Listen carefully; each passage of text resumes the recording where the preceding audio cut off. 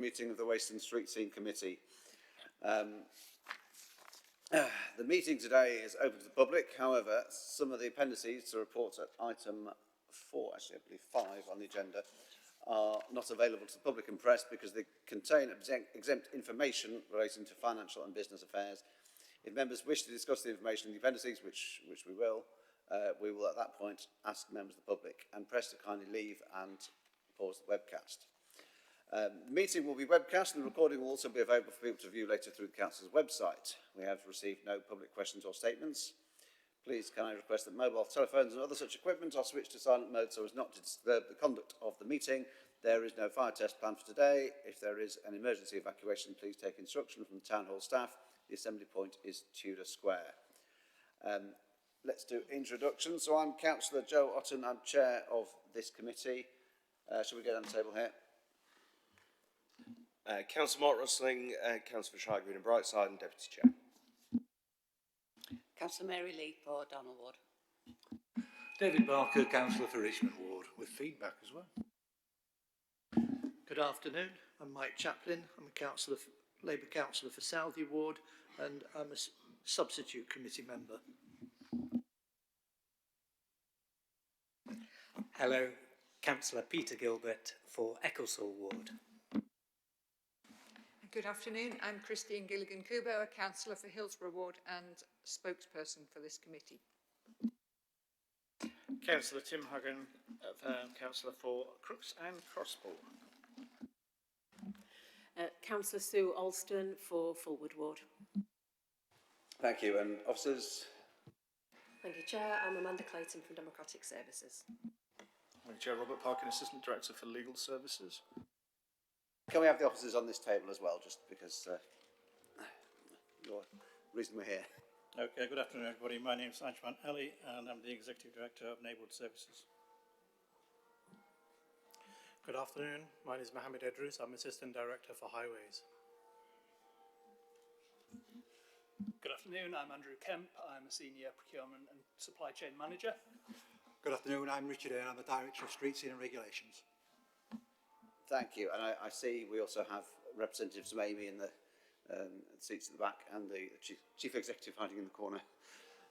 Welcome to you all. Item 2, exclusions of press and public. As I mentioned before, there are exempt items by virtue of paragraph 3 of part 1 of Schedule 12A of the Local Government Act 1972, which we'll come to shortly. Declarations of interest. Oh, sorry, apologies for absence.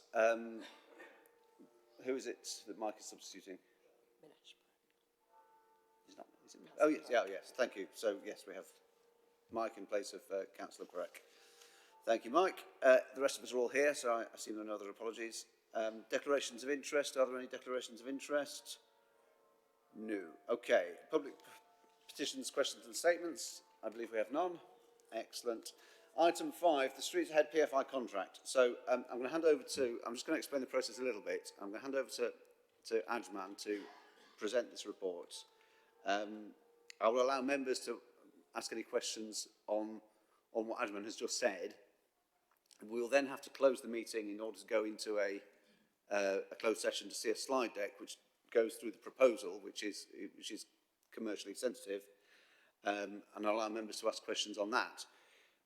We also have some legal advice in our pack, which is the council's only, and which Amy is not party to. So if members wish to discuss that, we'll have to also ask Amy to leave at that point, but I don't want to ask them to leave earlier than necessary because I think it's useful to have them here for a discussion on the proposals we'll see in the slide deck. So that's the process I'm planning to follow, if that's all right. Ajman, over to you. Okay, thanks, Chair. So there'll be some elements of the slide deck that will be considered in public, but when we get to that relevant bit, we'll close that off. Okay, so good afternoon again, everybody. So I just want to briefly introduce this report. So by way of background, the council entered into what's called a private finance initiative with Amy to maintain and manage the operation of the highway assets back in 2012. This is referred to as the Streets Ahead contract. It's a 25-year contract worth in excess of £2 billion, which is due to expire in 2037.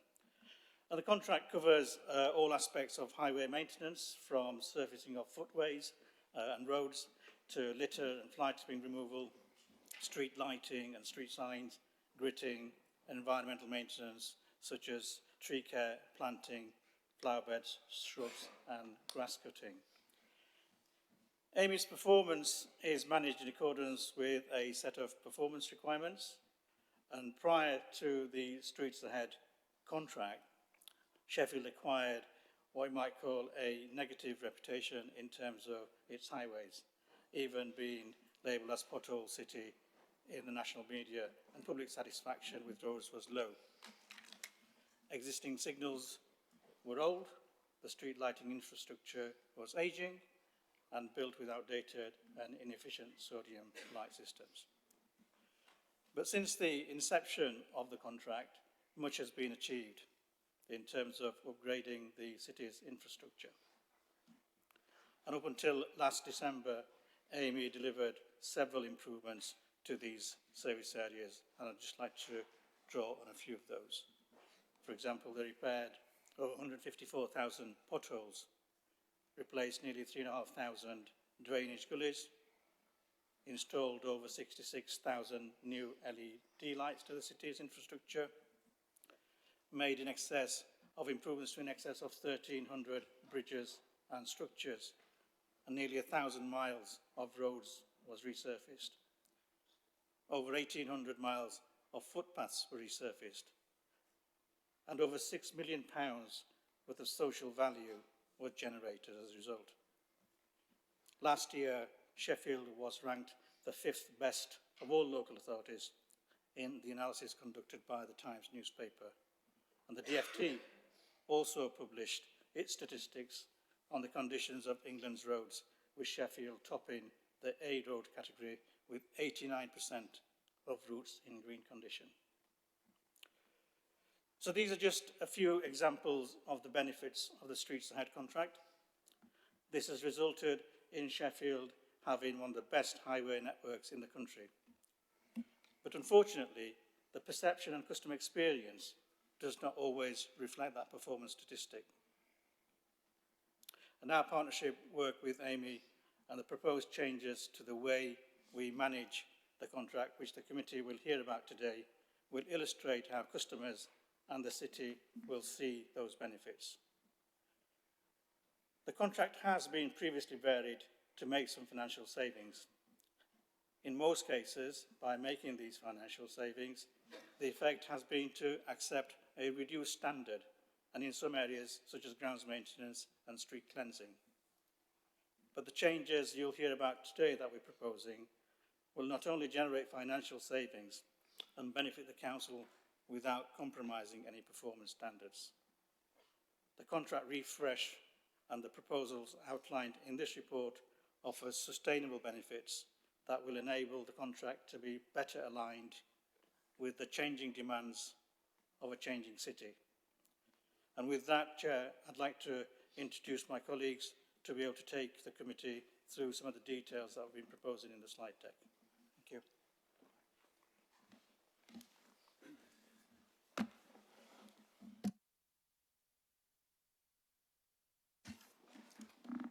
Thank you, Ajman. Thank you, Chair. So as Ajman briefly mentioned there, the background to the PFI, we were known as Pothole City before the PFI commenced in 2012. Satisfaction with roads was very, very low, around 27%, 27.5%.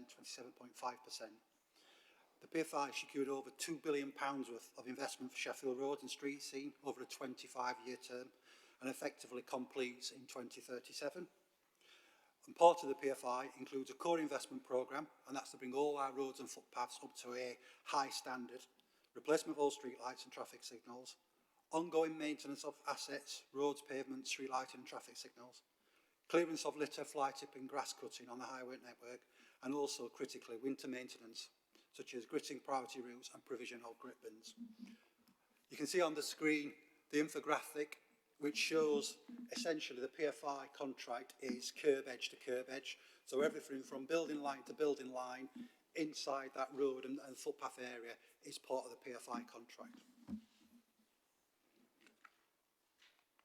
Ajman's briefly mentioned the dashboard on performance indicators, and all members have got that in the pipe. But you can see there's some key ones on there around the road resurfacing, cleansing standards, footway resurfaced, and traffic signals upgraded, as well as customer inquiries, which are near on to 1 million as of December 2023. We estimate that'll be at 1.1 million now. At this point, I'd like to just invite our colleagues from Amy to join us and just talk us through a few slides around the successes in the past five or so years around the PFI contract.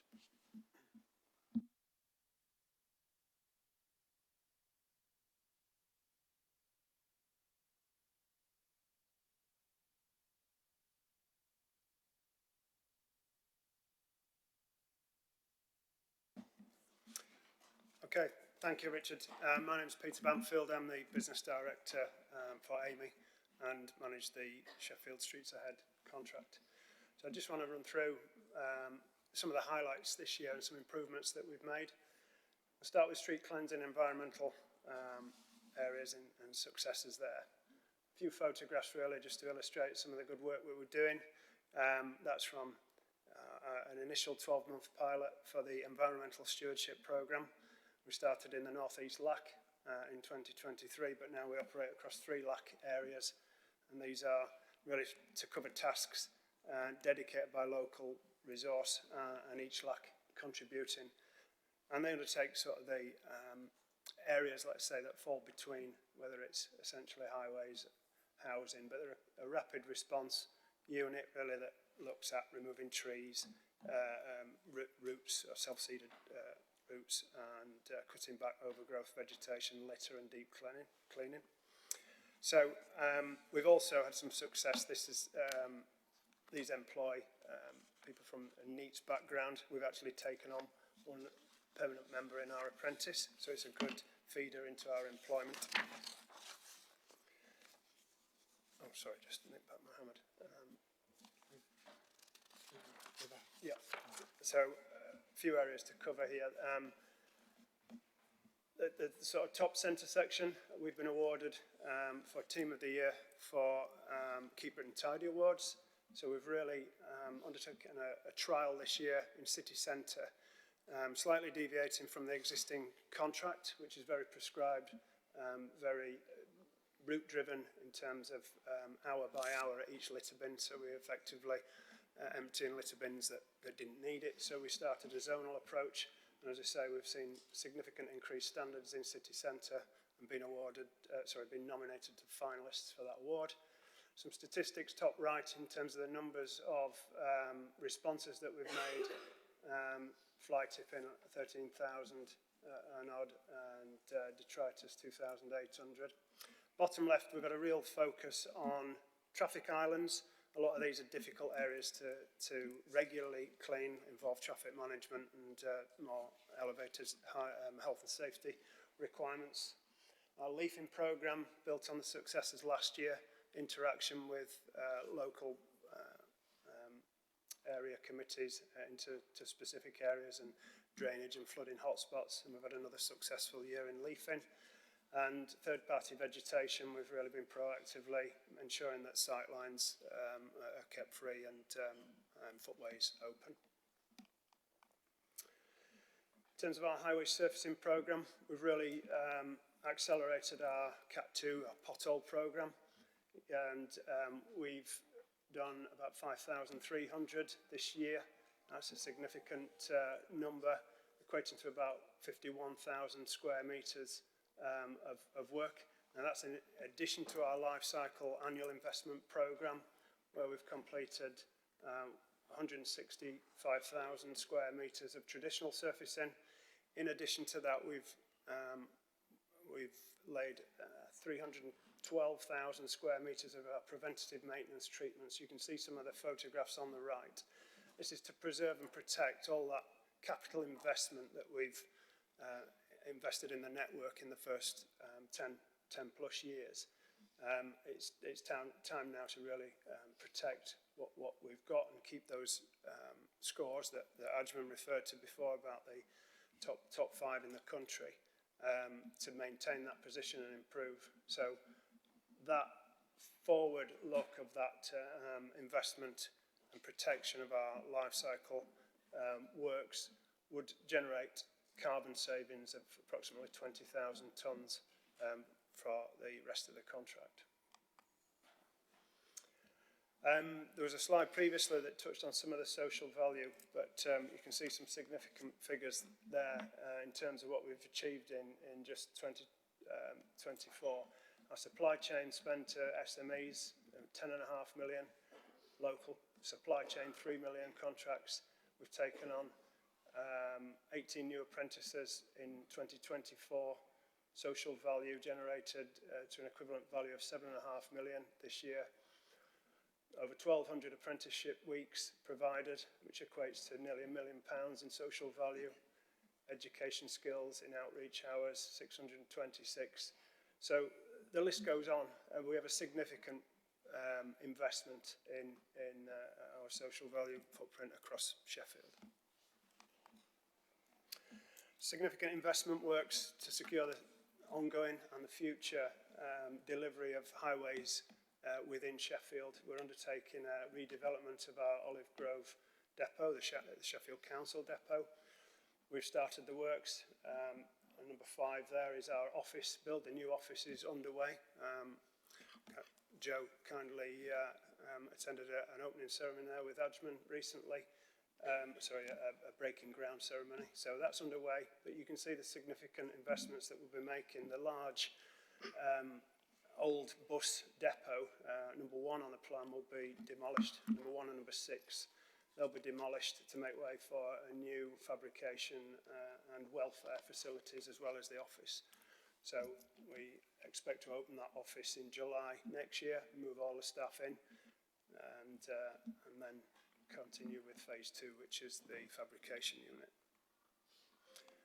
And we've just got some quick architect impressions. It's a high efficiency building with solar panels, green walls, rainwater harvesting systems, and it's classified as BREEAM very good, so it'd be producing 30% of its own power.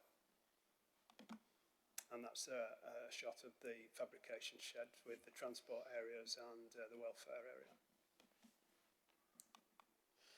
In terms of the future of the contract, Amy can bring many developments from our wider group, but just locally, street lighting, we're looking at an early feasibility of replacing the first phase of LED lighting that was in Sheffield back in the early days of the PFI. There are now more modern LED units that would actually self-fund itself and generate huge carbon and electric saving for the authority. So that's a feasibility. We've done that for other authorities, notably in Wakefield. They've had their LEDs switched. Traffic signals, we're looking at AI technology for above ground detection, Thermicam used to enhance traffic flows and public safety. So you can see technology is forever moving. We're about halfway through the traffic signal replacement programme in the PFI, but there's still better advancements that we can make as we approach that second half of the programme. In terms of our own fleet, we've just commenced procurement of 129 new vehicles. That's an investment Amy are making of over £15 million. 61 of those are electric vehicles, which would mean 75% of our commercial fleet will be electric, which helps Amy and Sheffield Council meet the sustainability commitments going forwards. And a note to make that Amy were the first UK organisation to achieve PAS 2080 carbon management accreditation for asset owner, manager, designer, contractor in that category. In terms of EV charging infrastructure, Amy can deliver an end-to-end, fully funded and managed charging infrastructure which enables affordable residential and strategic charging where the need is. So the Levi funding that's available from the government would really only be sufficient to meet about 10% of Sheffield's requirements to achieve electric charging demand by 2030. So that's where Amy can offer solutions. So we'd like to open up those discussions. We are working with other local authorities to deliver that service. In terms of frontline staff, we've just invested in 250 new handsets delivered early 2025. These are upskilling and digitising our workforce, enabling dynamic scheduling, paperless systems and safer systems of work through the health and safety modules that are on there. In terms of asset management, we're at the forefront in the UK, working with ADEPT and DFT for decarbonising roads. So a lot of input into recycled asphalt and low carbon concrete, as well as recycling. So we can, once that programme's finished, we will be looking to bring those technologies into Sheffield as well. We already utilise low temperature asphalt across Sheffield in our networks. It's exactly the same specification and longevity, but it delivers significant carbon benefits already. We're using drones for our structures inspection teams. They're out utilising those for the PI inspections for difficult to access structures. This helps us reduce confined space access and health and safety implications for our staff, and also a time-saving benefit also.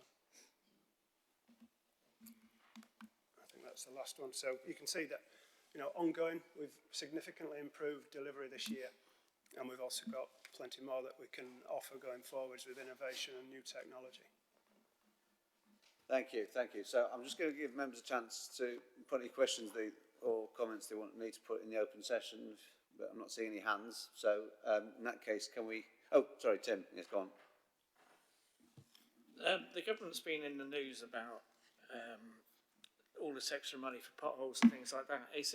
How does that work through? Because the money gets given to the combined authority, I see.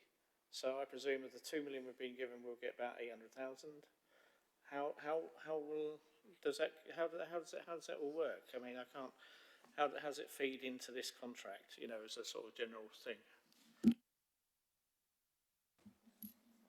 Yes, Councillor. We'll have to look into the details about the recent announcement, but based upon using examples from the previous announcement, when some of the money that was reassigned from the HS2 pot for pothole repairs, it was made quite clear by the DFT that PFI contracts will not qualify for pothole fund for pothole repairs in that circumstance.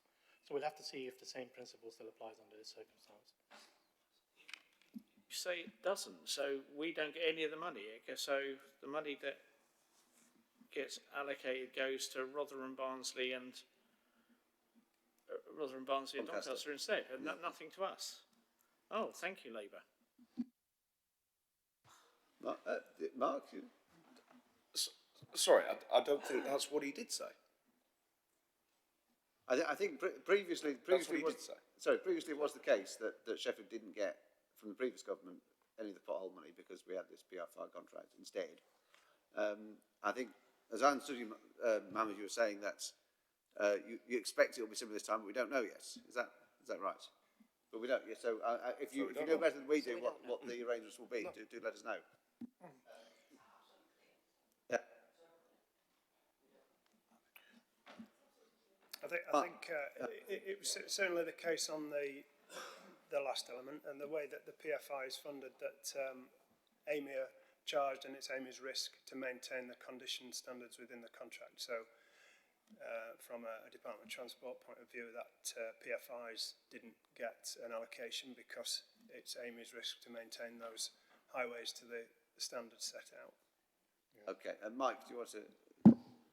Yes, I think what, Chair, if I may, I think what Tim's missing here is that if we're the 5th best performing authority, there's an awful lot of authorities with a lot of potholes, much worse than we've got in Sheffield. So it's understandable that the money would go to the worst areas, and I dare say some of them are Liberal Democrat controlled. Marvellous. Okay, so I think we've had. I think possibly we've thrashed that issue as much as we might. I mean, do all right to your MP if you think Sheffield should get a share of that money.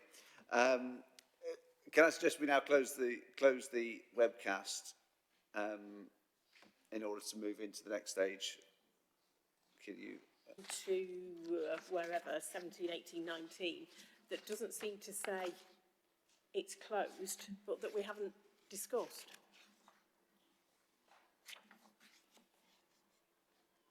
So I if it needs to be closed, I'm quite happy, but I'm just... I think some of that was mentioned, certainly the previous contract changes were mentioned. Yeah, I think you're right, some of this hasn't been mentioned.